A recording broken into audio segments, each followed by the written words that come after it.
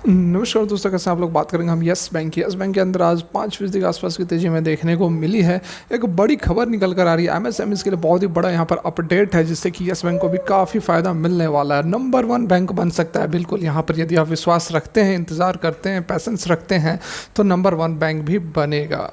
हमेशा से मैं आपको यह कहते आया हूं और धीरे धीरे आपको इसके रिजल्ट्स भी नज़र आ रहे होंगे। सारा कुछ समझेंगे जानेंगे इस वीडियो में। रिक्वेस्ट है वीडियो अच्छी लगे लाइक करके हमें मोटिवेट करें, चैनल को सब्सक्राइब कर ले। फर्स्ट टाइम विजिट कर रहे हैं तो जेन्युइन कंटेंट के लिए अभी के अभी सब्सक्राइब कर ले। तो यहाँ पर आज आप देख सकते हैं कि ठीक ठाक तेज़ी हमें देखने को मिली है। काफ़ी दिनों के बाद, लगभग 10-12 दिन हो गए थे जो यह एक तेज़ी आई थी। तेज़ी आने के बाद स्टॉक में करेक्शन हुआ और एक गिरावट आई। इस दिन तो हर एक स्टॉक्स के अंदर बड़ी गिरावट थी, तो यस बैंक के अंदर भी गिरावट आई। और अब जो है यस बैंक अपने जो पहले के जो लेवल्स थे, इन लेवल्स को अचीव करने की कोशिश कर रहा है। आज जो है 18.35 पर क्लोजिंग दी है। 5% के आसपास की तेज़ी आई है और जो क्लोजिंग हुई है वह एक रेसिस्टेंस के जोन पर क्लोज़ किया है। यहाँ पर आप देख सकते हैं, यदि मैं आपको थोड़ा सा और जूम आउट करके दिखाने की कोशिश करूँ तो जिस लेवल पर रुका है, यहाँ देखिए आप, तो एक रेसिस्टेंस का जोन है जो कि आप आसानी से देख सकते हैं। इस लेवल पर भी देखिए, यहाँ पर प्राइस ऊपर की ओर ब्रेकआउट नहीं हो पाया तो नीचे की ओर करेक्शन हुई। फिर यहाँ पर अगेन इसने प्रयास किया, फिर नीचे चली गई, फिर यहाँ पर अगेन इसने प्रयास किया, फिर नीचे चली गई और फिर से अगेन आज जो क्लोजिंग हुई 18.35 पर एक जोन है, बहुत मल्टीपल टाइम्स इसने इस लेवल को टेस्ट किया है। ऐसी बात नहीं है कि इस लेवल को इसने तोड़ा नहीं है, तोड़ा भी है। यहाँ पर देख सकते हैं आपकी लगभग 19.10 का हाई लगा भी था, ठीक है। लेकिन एक दिन यहाँ पर हमें क्लोजिंग जो है सॉरी, इस लेवल पर 18.60 पर क्लोजिंग हुई थी, लेकिन अगले ही दिन फिर ये इस रेंज में कंसोलिडेट करने लगा। तो ये अब देखना होगा कि इसको यह ब्रेकआउट कर पाता है या नहीं, लेकिन चांसेस है कि यहाँ पर ब्रेकआउट होना चाहिए। क्यों? क्योंकि मल्टीपल टाइम्स इस लेवल को यह टेस्ट कर रहा है और जितनी दफ़ा किसी लेवल को टेस्ट करता है, जो वह लेवल होता है, रेसिस्टेंस जो होता है, वह उतना ही वह कमज़ोर होते जाता है, ठीक है। तो इस कारण से जो चांसेस हैं, या भी आप यहाँ पर एक चीज़ और भी यह समझ सकते हैं कि देखो, जो लॉस था वह ऊपर की ओर शिफ्ट हो रहा है कि नहीं। यहाँ पर देखो, यहाँ पर जो बॉटम बना था 14.54 का, ठीक है। जब फर्स्ट टाइम यहाँ पर इसने प्राइस को रिजेक्ट हुआ और बॉटम कितना बना था, 14.54 का। उसके बाद अगेन जब यहाँ पर ये इसने इस लेवल को रिजेक्ट किया तो उसके बाद बॉटम कितना बना, बॉटम बना 16.80 का। तो जो लॉस है वह ऊपर की ओर शिफ्ट हो रहा है, हायर हाई और हायर लॉस, ठीक है। तो इस कारण से जो सेलर्स हैं वो हमें कम होते हुए नज़र आ रहे हैं, तभी तो प्राइस ऊपर मूव कर रहा है, तभी तो जो इसका लो है वह ऊपर की ओर शिफ्ट हो रहा है। जब सेलर्स कम हुए तभी तो लोज ऊपर शिफ्ट हुआ। बात को समझ रहे कि नहीं? थोड़ी सी यहाँ पर टेक्निकल एनालिसिस, थोड़ी सी यहाँ पर प्राइस सेक्शन को समझने की भी ज़रूरत होगी।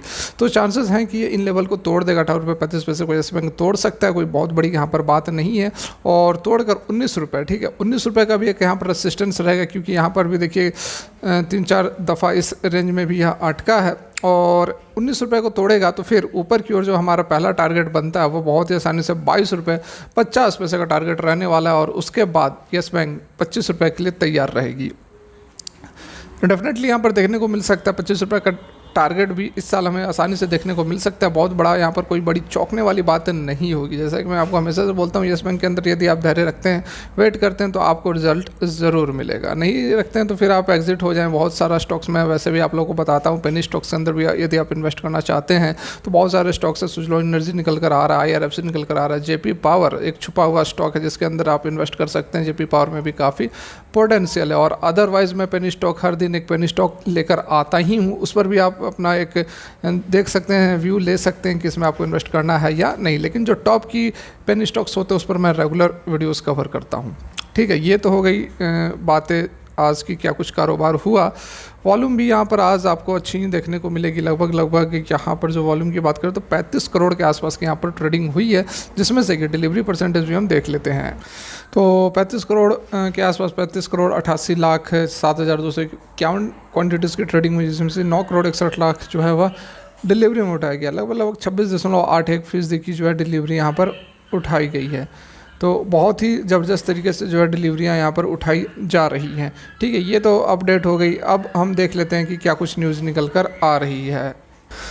तो यहाँ पर देख सकते हैं जो बड़ी खबर निकल कर आ रही है डेफिनेटली यहाँ पर येस बैंक और इंडसइंड बैंक दोनों ने लॉन्च किया प्रोडक्ट्स किसके लिए, for easing cross border payments. तो क्रॉस बॉर्डर जो पेमेंट्स होते हैं उसको यहाँ पर ईज़ किया गया, आसानी किया गया, एप्लीकेशन को एक लॉन्च किया गया जिससे कि क्रॉस बॉर्डर मतलब कि जो भी एक्सपोर्ट या फिर इम्पोर्ट करते हैं लोग, जो व्यापारी होते हैं, जो एमएसएमई मतलब कि माइक्रो स्मॉल इंटरप्राइजेज जो होते हैं उनको बहुत ही सहूलियत होने वाली है, क्योंकि वो आसानी से फॉरेन करेंसी में पेमेंट लेके उसको कन्वर्ट कर सकते हैं इंडियन रुपीज़ में। इससे येस बैंक को तो फ़ायदा मिलेगा ही, जो भी रेवेन्यूज़ होंगे येस बैंक के इन सब जो भी, देखिए इससे पहले सेंट्रल बैंक की जो करेंसी थी, सेंट्रल बैंक डिजिटल करेंसी, उसको भी यहाँ पर येस बैंक ने अपने तौर तरीके से एक एप्लीकेशन यूज़ करके बहुत ही ईज़ कर दिया कि आप उसके थ्रू जो है पेमेंट्स भी कर सकते हैं, यूपीआई के जैसे पेमेंट्स आप डिजिटल करेंसी से कर सकते हैं।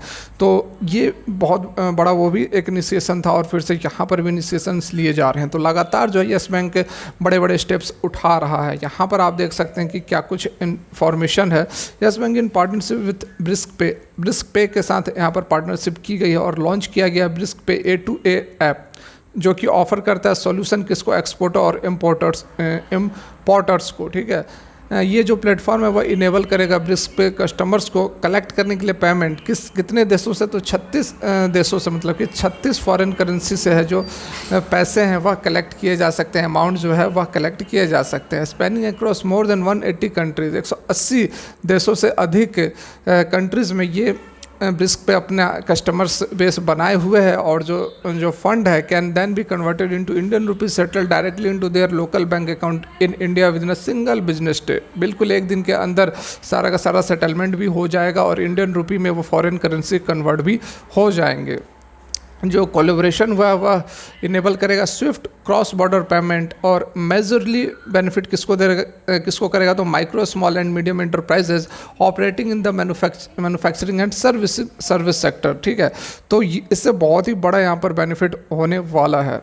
येस बैंक्स का जो OPSGP एक्सपोर्ट API है वो भी इसी तरह की जो है पार्टनरशिप के लिए जाना जाता है। यहाँ से देखिए इससे क्या बेनिफिट होगा, तो बैंक ऑल्सो एम्स, यहाँ पर आप देख सकते हैं, bank also aims to contribute and strongly align with the government's aim of boosting MSME sector and transforming India into a global export power house.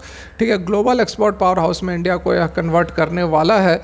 इससे जो गवर्नमेंट की जो एम है, जो उद्देश्य है, मतलब कि MSMEs को बूस्ट करने का, उसको यहाँ पर हेल्प कर रहा है और इंडिया को ग्लोबल एक्सपोर्ट पावर हाउस बनाने में मदद कर रहा है येस बैंक। तो बहुत ही यहाँ पर ज़बरदस्त यह अपडेट है, ऐसी वैसी कोई अपडेट नहीं है, बहुत अच्छा खासा इस तरह के जो भी स्टेप्स होते हैं उससे डेफिनेटली लॉन्ग टर्म में आपको इसके इम्पैक्ट देखने को मिलते हैं येस बैंक के अंदर। ऐसी बात नहीं है कि आपको आज के आज यह स्टॉक के अंदर ज़बरदस्त तेज़ी देखने को मिल जाए। हालांकि देखिए अभी मार्केट में ठीक ठाक हमें मूवमेंट देखने को मिल रहा है और बहुत ही जल्द आपको एक अच्छा खासा टारगेट देखने को मिल सकता है। फिलहाल के लिए वीडियो यहीं तक। Thanks for watching, have a good day.